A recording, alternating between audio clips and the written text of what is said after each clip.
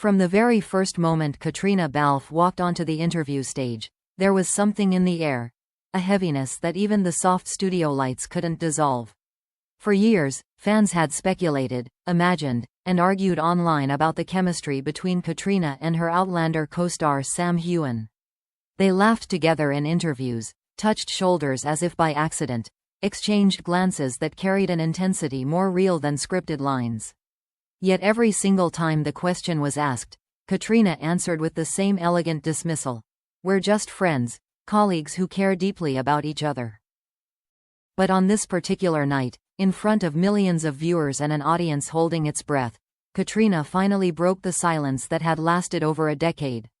Her voice trembled slightly at first, then steadied, as if she had decided long before stepping into the spotlight that tonight would be the night everything changed. "There were nights," she confessed, eyes glistening. "Secret nights. With Sam." The entire room seemed to freeze. The host leaned forward, not wanting to break the spell but needing her to say more. And she did. She spoke about the long, exhausting days on set, when she and Sam would give everything to their characters. She described how, when the cameras stopped rolling, the silence between them felt louder than the applause. There was something unspoken, something dangerous but irresistible, drawing them closer. "It didn't start with a kiss," Caitríona explained, shaking her head with a rueful smile. "It started with moments. A laugh that lingered too long. A glance that felt heavier than it should. We told ourselves it was just the characters, just Claire and Jamie bleeding into us. But it wasn't. It was us." The first night she admitted to was heartbreakingly ordinary. A late wrap in Scotland, rain tapping against the windows, a shared glass of whiskey that became 2, then 3. They talked about family, about dreams, about the price of fame. At some point, words gave way to silence, and in that silence, truth took root. "We knew it was wrong to blur the lines," Caitríona whispered, her eyes filling, but in that moment, it didn't feel wrong at all. It felt inevitable. The audience was stunned. For years, they had wondered if those rumors were fantasy or fact. Now Caitríona herself was confirming what no one dared to believe. That behind closed doors, away from the screaming fans and flashing cameras, there had been something more. Yet this wasn't a simple romantic confession. Caitríona emphasized the secrecy, the burden of hiding what they shared. "We had rules," she admitted. "Never be seen together in public outside of work. Never spend 2 nights in a row. Never, ever let anyone suspect." They lived like fugitives of their own emotions, forced to mask what was real in order to preserve the image the world demanded. And still, the nights kept happening. In hotel rooms after premieres, in quiet apartments tucked away from paparazzi, in moments so fleeting yet unforgettable. "We weren't reckless," she said. "We were careful to the point of cruelty. But every time I had to walk away at sunrise, it felt like leaving a piece of myself behind." Her words painted a picture that was both intoxicating and tragic.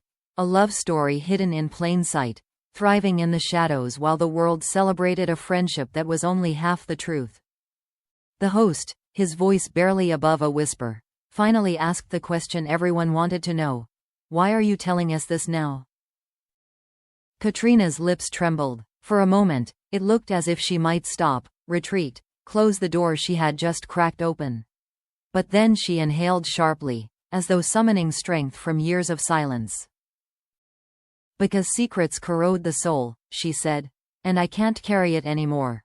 The world deserves to know that what you saw between us, it wasn't just acting.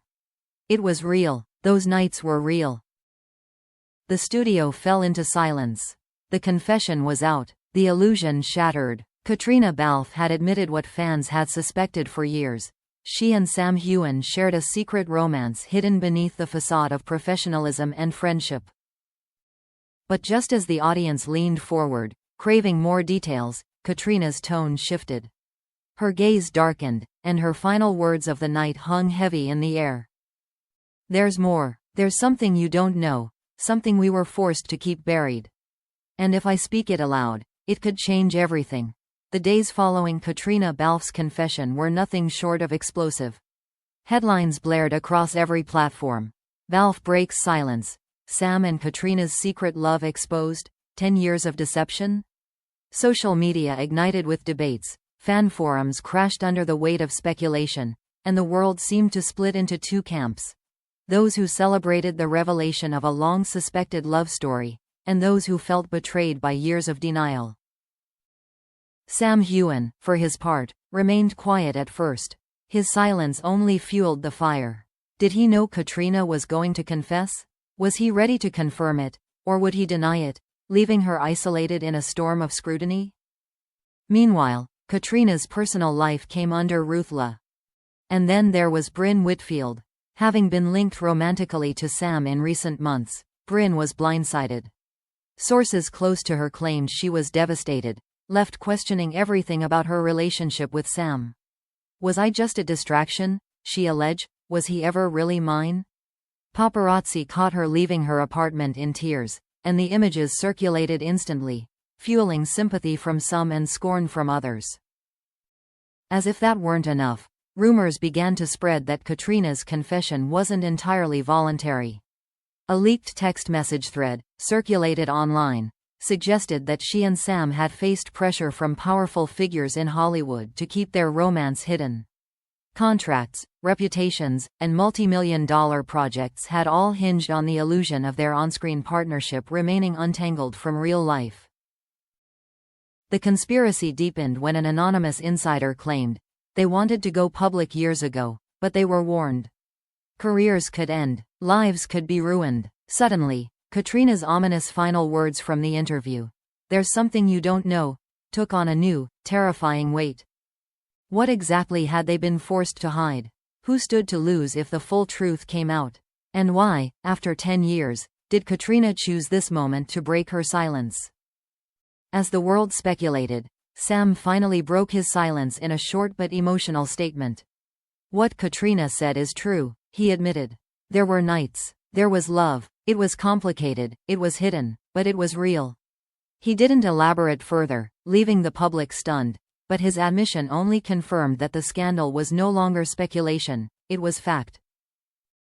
The fallout was devastating. Fans who had once idealized Sam and Caitríona as pure friends now grappled with the blurred lines between fiction and reality. Brynn Whitfield, caught in the middle of a media circus, reportedly collapsed under the pressure, retreating from the public eye. And Caitríona herself vanished from social media. But the most haunting part remained Caitríona's unfinished confession, the hint of a darker truth, of threats, contracts, and power players who had forced them into silence. And so, the world waited. Fans wanted closure. The media dema. Caitríona's words echoed across headlines, interviews, and endless debates. Those nights were real. And they changed everything. But what, exactly, was the cost of telling the truth? And how? The story didn't end with Caitríona's tears or Sam's quiet confirmation. It ended with a question mark hanging in the air, daring the world to ask again, what really happened in those secret nights?